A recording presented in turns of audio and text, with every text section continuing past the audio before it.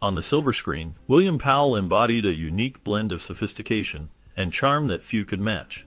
Unlike many Hollywood stars, he seamlessly mirrored the elegance of his on-screen personas in his personal life. His dashing presence captivated audiences, yet beneath this polished exterior lay a life marked by profound loss and sorrow. He endured the heartache of losing two beloved partners and a child, experiences that would have shattered many. Additionally, he faced a harrowing health crisis, opting for a risky treatment that felt more like a gamble than a cure. Despite these trials, Powell, often referred to as the gentleman, discovered moments of joy in his later years. His resilience in the face of adversity is a testament to his character. As we delve into the smoky, debonair, martini-infused world of William Powell, we uncover the layers of a man who, despite the shadows of his past, managed to embrace life with grace and style. In the realm of classic cinema, William Powell is best remembered for his role as the suave Nick Charles in the beloved Thin Man series. Alongside Myrna Loy, who played his charming wife Nora, the duo created an iconic detective partnership that captivated audiences. Their on-screen chemistry was remarkable, filled with stylish banter and warm, affectionate exchanges that made their marriage seem like the ultimate adventure. Fans were so enchanted by their portrayal that they inundated MGM with letters seeking real-life marriage advice from the two stars. The pair's dynamic was as perfectly matched as the classic ingredients of a martini, which they often enjoyed on screen. However, Powell's real-life relationships were quite different, often more complicated and certainly more shaken than stirred. While he and Loy portrayed a picture-perfect couple, their actual romantic lives revealed a more tumultuous side, contrasting sharply with the charming and witty interactions that defined their cinematic partnership. Their performances left a lasting impression, making them one of the most memorable couples in film history. Born on July 29, 1892 in Pittsburgh, Pennsylvania, William Horatio Powell was the only child of Nettie Manila and Horatio Warren Powell, an accountant. The family moved to Kansas City in 1907, where William completed high school. During this time, he immersed himself in the dramatic arts and regularly attended vaudeville shows with his mother. Despite his parents' aspirations for him to use his eloquent voice in a law career, William had other plans. He enrolled at the University of Kansas in 1911, but left just a week later, determined to pursue a career on stage. To support his dream, he spent a year working at the Kansas City Telephone Company, trying to save enough money for drama school. Unfortunately, the funds were not sufficient for the tuition at the American Academy of Dramatic Arts in New York. It was then that he decided to ask a well-off aunt for a loan. Thanks to her support, by 1912, he secured a spot at the Academy, where he rubbed shoulders with future stars like Edward G. Robinson. By the following year, he graduated and began a challenging period of hustling for acting gigs. Bill graced the stage in numerous vaudeville productions and stock companies, all while aiming to carve out a reputation in the theater world. During this grind in 1915, William Powell wed Eileen Wilson, who was originally named Julia Mary Tiani. Eileen was an actress known for her work on Broadway and in touring shows throughout the 1920s. Their marriage marked a significant chapter in Powell's life, as he balanced his rising career with family responsibilities. Together, they welcomed a son, William David Powell, who was born in 1925.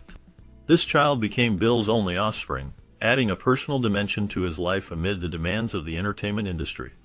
Eileen's career in theater complemented Powell's growing fame in film, creating a dynamic partnership that was both professional and personal.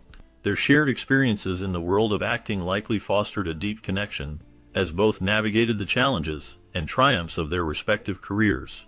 The couple's journey together, marked by the birth of their son, reflected the intertwining of their lives in a time when the entertainment landscape was rapidly evolving. The challenges of parenthood and the pursuit of artistic success shaped their relationship, leaving a lasting impact on Powell's life. After 7 years of traveling the boards in theater, William Powell made a significant leap into the world of cinema in 1922, with a role in Sherlock Holmes, where he portrayed the sinister Professor Moriarty. This standout performance marked the beginning of his journey in silent films, leading to a contract with Paramount Pictures that would last throughout the 1920s. Later, he also worked with Warner Brothers, becoming a familiar face in the film industry. Over the course of 6 years in silent films, Powell starred in more than 30 movies, sharing the screen with iconic actors of the era such as John Barrymore, Marion Davies, and Ronald Colman, with whom he developed a deep friendship. In 1922, he He appeared in the blockbuster When Knighthood Was in Flower, which was the highest-budget movie of its time. Although he would later win hearts as the debonair detective Nick Charles, in his early career, Powell was often cast as the villain. Before becoming Nick Charles, he made a name for himself playing another well-known sleuth, Philo Vance, the astute detective created by S.S. Van Dyne. His first lead role came in the 1929 film The Canary Murder Case, where he portrayed Vance. Powell went on to play this character in 4 films for Paramount Pictures, solidifying his status in the silent film era. As Powell's career flourished, his personal life faced significant turmoil. In 1930, he divorced Eileen Wilson. By that time, at 38 years old, Powell had achieved considerable success in the film industry. His stage training and distinctive voice made him a leading figure during the era of talkies, and he became a prominent actor at Paramount Pictures. Despite his professional achievements, his marriage had long been strained, leading to their separation. This period of his life was marked by contradictions. While he was a celebrated star on screen, he was living with his parents, which did not align with the romantic image he projected to the public. Rumors circulated that Powell maintained a bachelor pad under the pseudonym Mr. Thorne. This secretive space was said to be decorated with a provocative collection of French art photography, hinting at a more adventurous side to his personality that contrasted sharply with his domestic situation. The complexities of his life during this time reflected the challenges many faced in balancing personal happiness with professional success. As the 1920s unfolded in Hollywood, William Powell, alongside fellow actors Ronald Colman, Richard Barthelmess, Ernest Torrance, and Warner Baxter, became known as the Notorious Bachelors. Although their wildest days were somewhat behind them as they approached their 40s, they still reveled in the pleasures that life as wealthy leading men offered. Their lifestyle, while still indulgent, was more restrained compared to the infamous duo of David Niven and Errol Flynn, who resided in the notorious Anglo-American house of debauchery known as Socies by the Sea. During a trip through Europe in 1933 with Colman and Torrance, Powell reflected on his surroundings, noting that he was absolutely surrounded by playboys and playgirls of the playworld.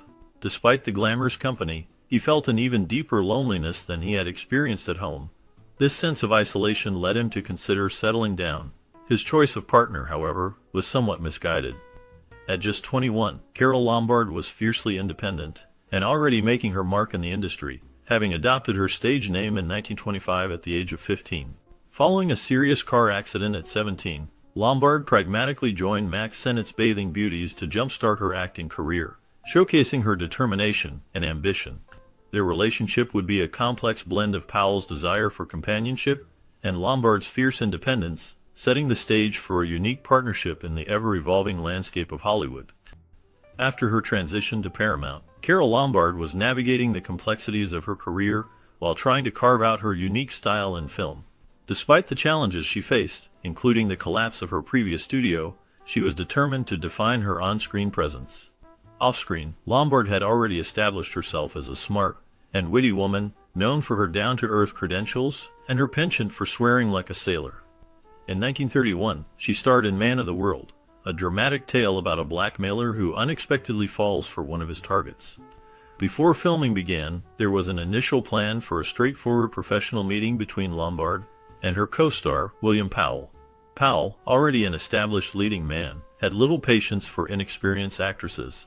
However, Lombard was not one to back down easily. She approached the meeting with a determined attitude and a sharp tongue, ready to prove herself. Interestingly, it was Powell who felt the pressure during their meeting, admitting he felt like a jittery teenager on a first date. He was concerned about making a positive impression on Lombard, who was at a pivotal moment in her career. This dynamic set the stage for a collaboration that would showcase both their talents and personalities. The day William Powell met Carole Lombard was a moment filled with excitement and nervousness akin to a young boy on his first date. He felt embarrassed and fidgety, concerned about making a good impression on her. Their introduction took place at the studio, and soon after, they found themselves alone to discuss the film they were about to work on together. However, instead of focusing on the movie, their conversation drifted to the complexities of men and women sharing personal stories and experiences. This connection was immediate and deep, leading Powell to believe that Lombard was the perfect choice for the role. Despite the studio's hesitations, Powell was adamant, even threatening to quit if they cast anyone other than Lombard in Man of the World. Their chemistry was undeniable, a classic case of opposites attracting, which elevated the film beyond its mediocre script and direction.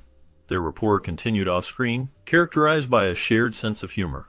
Powell found Lombard's risque jokes and bold language delightful, while she affectionately teased him, calling him Junior.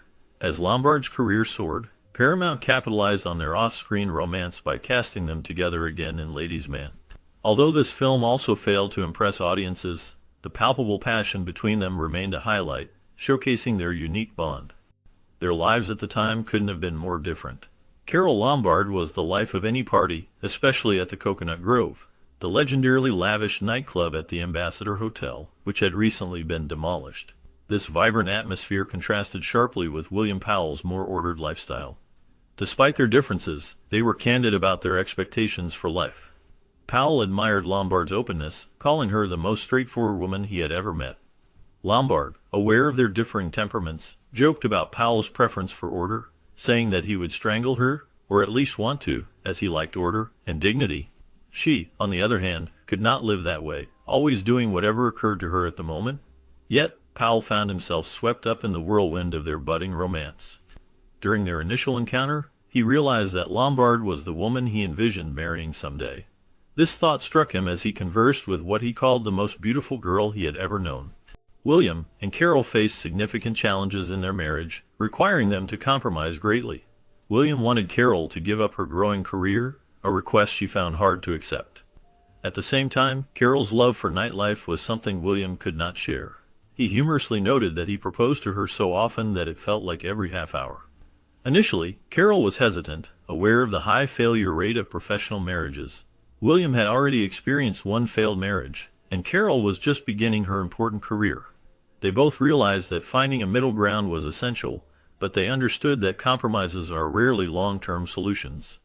On June 26, 1931, they married, and William shared his newfound perspective on freedom, stating that he would trade all of it for just a few hours with Carole. Their wedding day was filled with jitters, including a moment when William was unsure which finger the ring belonged on.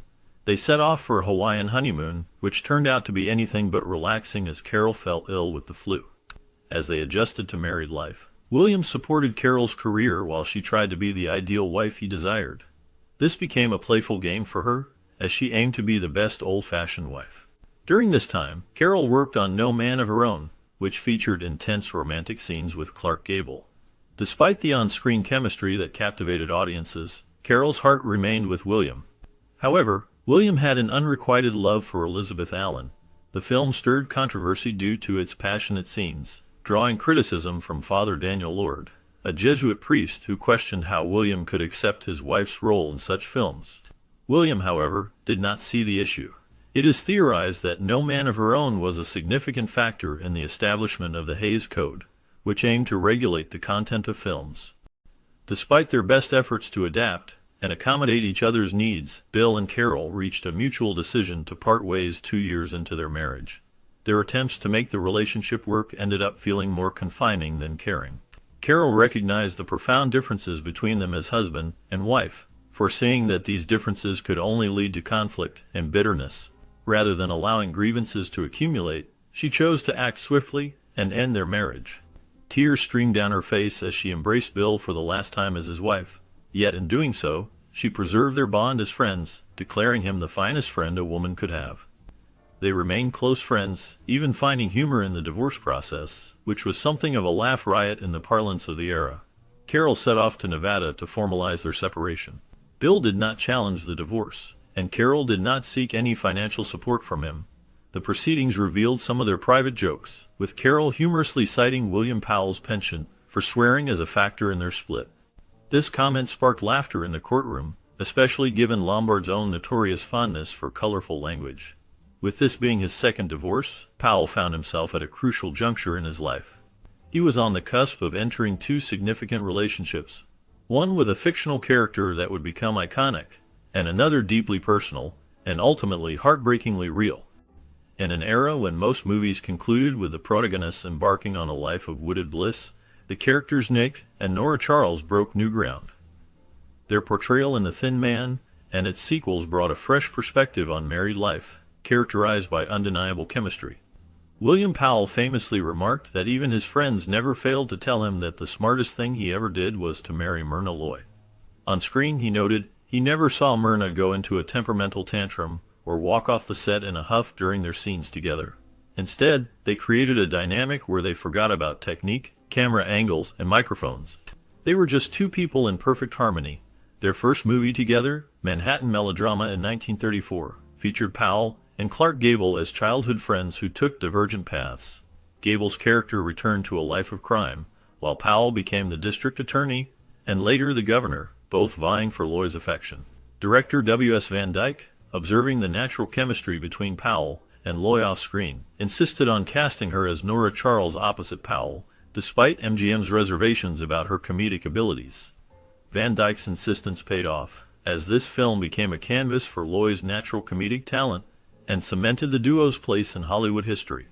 Their performances not only entertained audiences, but also redefined the portrayal of married couples in cinema, showcasing a partnership filled with wit, charm, and mutual respect. Through Clark Gable, William Powell was introduced to Gable's so-called sister, none other than Jean Harlow, the most sensational star in Hollywood at the time, known as the original blonde bombshell. Harlow's alluring appearance had a mesmerizing effect, sending men into a frenzy, and women rushing for peroxide. Despite her critical view of her acting skills, famously stating, "I'm the worst actress that was ever in pictures," her magnetic appeal was undeniable. Harlow's critique of her own talent might have been a tad harsh. She certainly wasn't the poorest performer in the industry, nor was she the finest. However, her keen observational skills and dedication to learning from her peers saw her grow as an actress.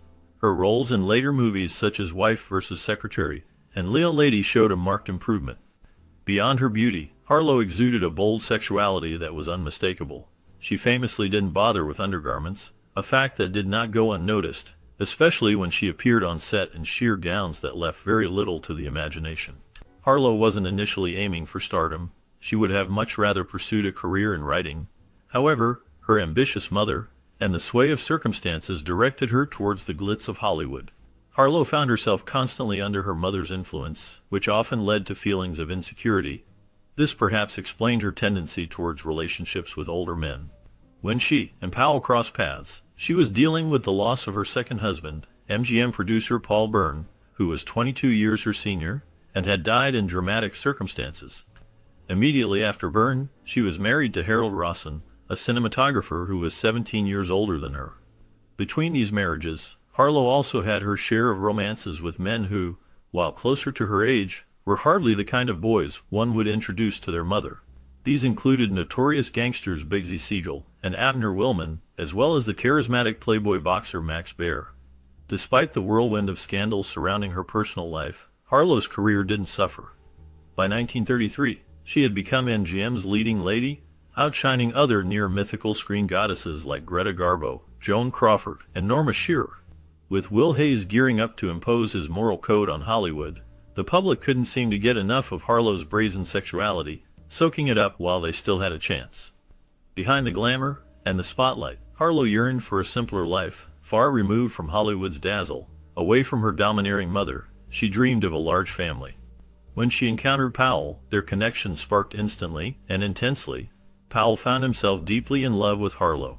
The studio, recognizing the pair's genuine affection, began crafting films starring the two, moving Harlow on from her prior frequent collaboration with Clark Gable.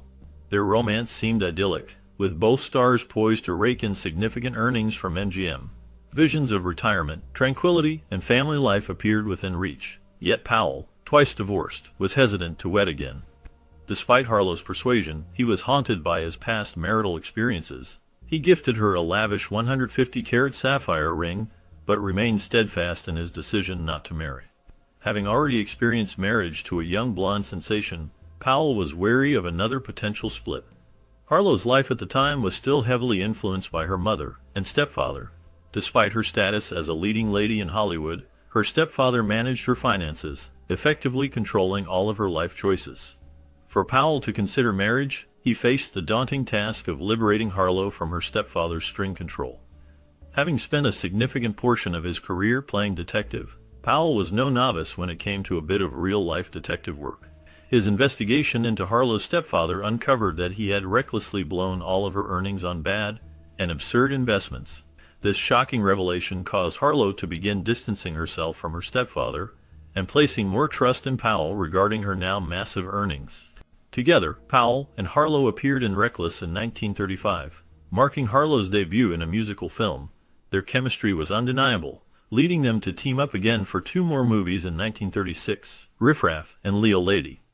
In Leo Lady, Powell's co-star was Erna Loy and Harlow, and Loy hit it off brilliantly. The film also sparked a romance between its other star, Spencer Tracy, and Loy.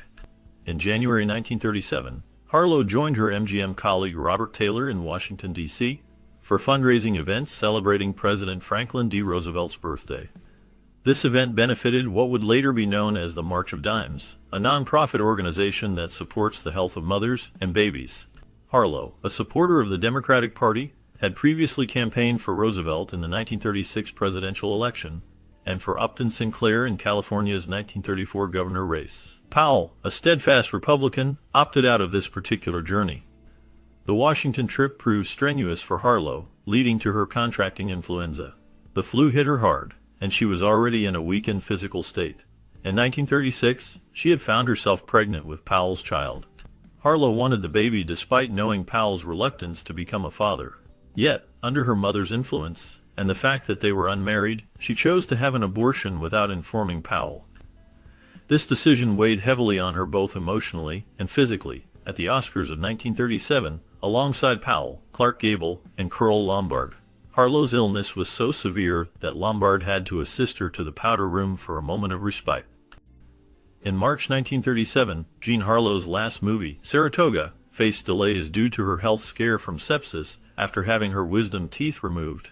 She spent time in the hospital but returned to filming on April 22, 1937. On May 3, she appeared on the cover of Life magazine, photographed by the renowned Martini, marking the last significant photo shoot of her life. However, by May 20, during the Saratoga shoot, Harlow began to feel unwell. A scene required her co-star, Clark Gable, to lift her, but he noticed her pale, swollen face and labored breathing. Despite her insistence on continuing, Gable called for a break, and the studio's doctor was summoned. Initially, the doctor suspected cystitis and flu, unaware of Harlow's previous health struggles. Her co-star, Una Merkel, expressed concern over Harlow's sudden weight gain and dull complexion. On May 29, while filming a feverish scene, Harlow's condition worsened. She leaned on Gable, gasping for help, and asked to return to her dressing room. The assistant director called William Powell, who rushed to take her home. The next day, realizing her health had not improved, Powell contacted Harlow's mother, urging her to return from vacation. This decision, though well-meaning, proved disastrous. Powell also sought medical assistance, given Harlow's history of health issues that had previously delayed productions. By June 2, news spread that she was battling another round of influenza. Dr. Ernest Fishbox examined her, suspecting gallbladder inflammation. However, Harlow's mother, adhering to her religious beliefs, dismissed medical advice and refused hospitalization. Harlow spent the following week bedridden, her blonde hair disheveled on her pillow. Her mother encouraged her to read Gone with the Wind, but Harlow was too weak to turn the pages. On June 3, her mother assured MGM that Harlow was recovering and expected to return to filming by June 7, 1937. Yet, the media sent mixed messages, with headlines fluctuating between Harlow being seriously ill and recovering. Concerned for her well-being, Gable visited her and noted her unusual swelling and the smell of urine on her breath, signs of kidney failure. Gable seemed to be the only one who recognized the severity of her condition, despite multiple medical evaluations and her mother's belief that she was nearly ready to return to work. By this stage, William Powell was increasingly concerned and agitated for Jean Harlow to see another doctor. Finally, Dr. Leland Chapman, a colleague of her primary physician, was brought in for a second opinion on Harlow's deteriorating health. Chapman quickly determined that Harlow was not battling gallbladder inflammation, but was tragically in the advanced stages of kidney failure. On June 6, 1937, Harlow expressed difficulty in seeing Powell clearly, unable to discern the number of fingers he held up. It wasn't until the 5th day of her critical illness, after suffering through bouts of vomiting and delirium, that her mother consented to her admission to Good Samaritan Hospital.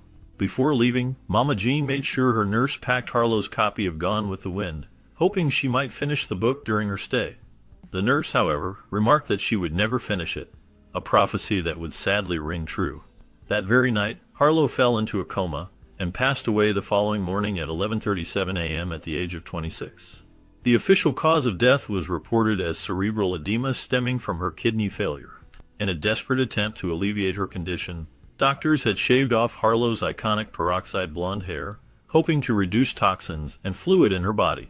Powell was left shattered by her death, overwhelmed with sorrow and guilt for not recognizing the severity of her condition earlier. Realistically, medical treatments for kidney failure in 1937 were severely limited. At Harlow's funeral, Powell was visibly distraught, his fist clenched in pain, needing the support of his mother and screenwriter Otis Wilde's just to stand. Such was the depth of his grief. Carole Lombard was also present, ever an emotional support for Powell. MGM orchestrated a grand funeral for Jean Harlow, and Powell ensured she was laid to rest in a magnificent crypt at Forest Lawn. She was buried in one of her breathtaking gowns from Libeled Lady. Reportedly, a solitary white gardenia was placed inside her coffin, accompanied by a note from Powell that said, "Good night, my dearest darling." Her tombstone carries the simple inscription, "Our baby." Harrow's passing marked the onset of an incredibly tough period for Powell, filled with both emotional and physical trials. Her absence plunged him into deep depression, a struggle he had encountered before.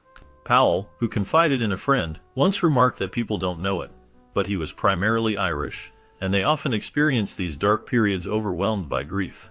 He found himself unable to attend the premiere of Harrow's last movie, Saratoga. In search of solace, he embarked on a journey to Europe aboard a steamship, hoping to heal his shattered spirit. In the aftermath of her departure, Powell sought refuge on Ronald Colman's yacht for some time before his grief manifested physically, causing him to collapse on the set of Double Wedding. This incident forced him to step away and take additional time to recover. However, these incidents were not entirely psychosomatic, and Powell sought a medical opinion on his own physical health. Speculation about his health issues began to circulate, with rumors suggesting he was battling unspecified intestinal troubles, or perhaps appendicitis. Eventually, MGM disclosed that Powell was dealing with cancer, specifically naming it as colon cancer, rather than revealing it to be rectal cancer.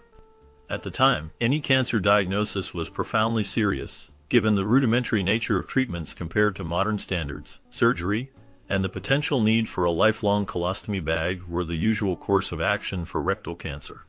Powell later commented on the discomfort and unease of his condition, saying the worst thing about the situation was the aesthetics of it. Unwilling to resign himself to living with a colostomy bag, Powell consented to a pioneering treatment approach.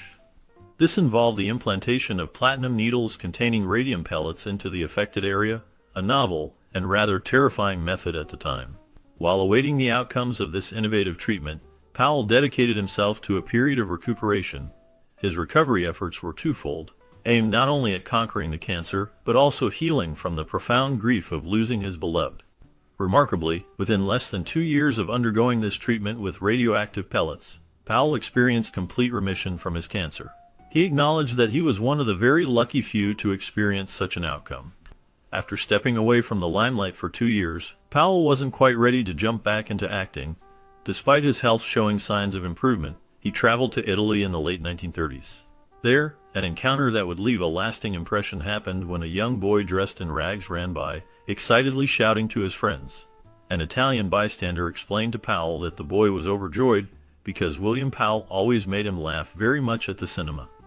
This moment offered Powell a much-needed uplift, reminding him that his acting career was more than just a job. It brought happiness to others. Throughout this challenging period, William Powell had the unwavering support of his ex-wife, Carole Lombard. She was always there to offer straightforward advice, often peppered with her characteristic frankness and creative swearing. This support helped lift his spirits during tough times. By 1939, Powell was ready to make his comeback, reuniting with Mill and starring in another Thin Man film, both mentally and physically rejuvenated. That same year, during a photo shoot at his home by the pool, organized by the studio, Powell met Deanna Lewis, a young MGM contract player who was modeling that day. Lewis, who had a background in vaudeville, viewed acting more as a profession than a path to stardom, contrasting with Lombard and Powell's ambitions. Despite their significant age difference, Powell was 47 and Lewis was 21. Friends' skepticism about their relationship was unfounded. Lewis, affectionately known as Mousy, would be a devoted partner to Powell for over 4 decades. He was mad about her. However, just when it seemed Powell's fortunes were improving, fate still had more in store for him. His trials and tragedies were far from over. During World War II, Carol Lombard made a trip back to her home state of Indiana for a war-bound rally. She was accompanied by her mother and Clark Gable's publicist, Odo Winkler. Lombard's efforts at the rally were remarkable, as she managed to raise over $2 million in defense bonds. Initially, the plan was to return to Los Angeles by train, but Lombard was eager to get home sooner and insisted on taking a flight instead. Her mother and Winkler, both apprehensive about flying, preferred the train, but Lombard's determination prevailed. In the early hours of January 16, 1942, Lombard, her mother, and Winkler boarded a transcontinental and Western Air Douglas sleeper transport for their journey back to California. After a stop for fuel in Las Vegas, the flight resumed at 7:07 p.m. Tragically, it crashed into Double Up Peak near Poozy Mountain, about 32 miles southwest of Las Vegas. All 22 passengers, including Lombard, her mother, Winkler, and 15 U.S. Army soldiers, lost their lives. Lombard was only 33 years old. The crash was later attributed to the flight crew's navigational errors in the mountainous terrain, compounded by the deactivation of safety beacons to prevent aiding potential enemy bombers. This left the crew without essential visual cues. Upon receiving the heartbreaking news of Lombard's involvement in the accident, William Powell and his wife spent the night anxiously waiting for updates, clinging to hope for their dear friend. Ultimately, they learned that Lombard had perished in the crash.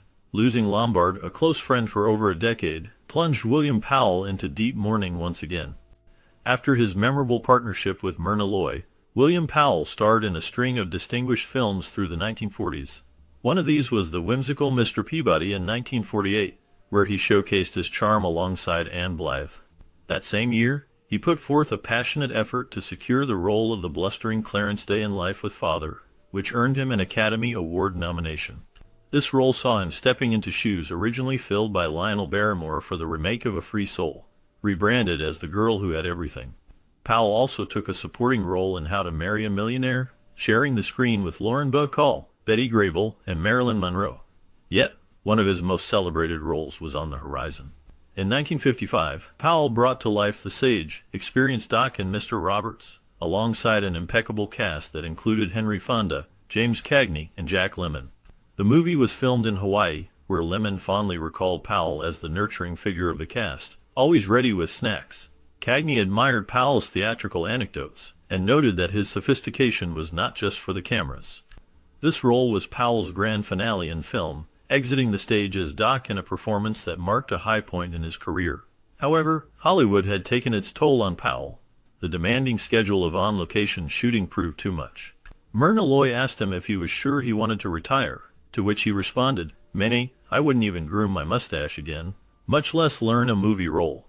Although he never shared the screen with Loy again, or anyone else for that matter, he continued the tradition of sending roses on every opening night of her shows.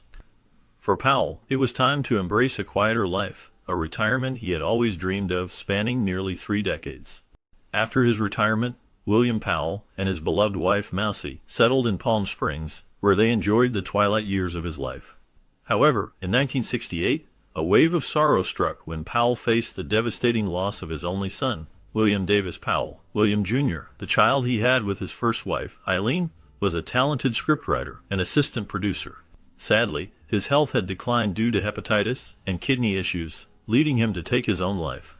He left behind a haunting 4-page letter for his father, the contents of which remained private, except for the chilling final words, "Things aren't too good down here. I'm going where it's better." This loss shattered Powell deeply, yet he found strength to recover, largely due to Mousy's unwavering support. It is worth noting that there are very few photographs of Mousy where she is not laughing or smiling wholeheartedly. Powell often shared in that same candid joy whenever he was in her presence. She was undoubtedly the secret to his ability to recover from various tragedies, allowing him to live a longer life than he once thought possible. During a visit to his home in Palm Springs, when asked how he spent his days, William Powell humorously replied that he tended to his weeds. His friend Marley playfully retorted, "For God's sake, Bill, you don't know one weed from another." Powell's quick comeback was, "Well, it beats playing Elvis Presley's grandfather." This exchange highlighted his enduring class and wit, showing that he maintained his sense of humor even in his later years. As he approached his 90th birthday, Powell faced a diabetes diagnosis, and his general health began to decline. On March 5, 1984, he passed away from pneumonia in Palm Springs. He was laid to rest next to his son in Desert Memorial Park in Cathedral City, California. In 1997, Marley also passed away and was buried in the same spot. After his death, she captured his essence perfectly, stating, "I never enjoyed my work more than when I worked with William Powell. He was a brilliant actor, a delightful companion, a great friend, and above all, a true